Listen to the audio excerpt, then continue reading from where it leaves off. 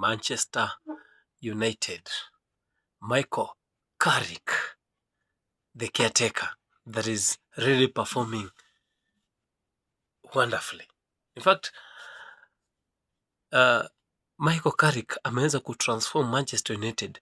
They are playing a very different football, not the Manchester we've been seeing in the past few seasons or few years. Let's talk about it that way. That Manchester United are playing a game that is very much dangerous for the opponents. In fact, we saw juzi wakiweza kupiga timu ya Arsenal na pia wakaweza kufuatisha na ushindi dhidi ya Fulham. Fulham walicheza mechi nzuri, lakini Manchester United kuna mchezo pale ambao wanacheza ambao ni very dangerous na wanaweza kuadhibu timu nyingi sana.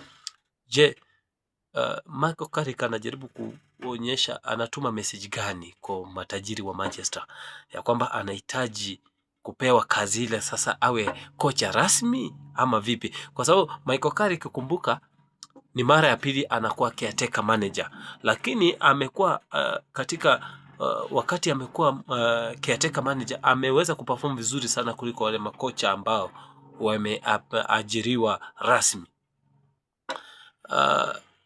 Hatujui kutaendaje, lakini kulingana na mchezo ambao tunaona tofauti sana, hata Manchester United wanaonyesha ya uwezo wa kuweza kumaliza ndani ya top 4 na kuweza kuqualify for Champions League.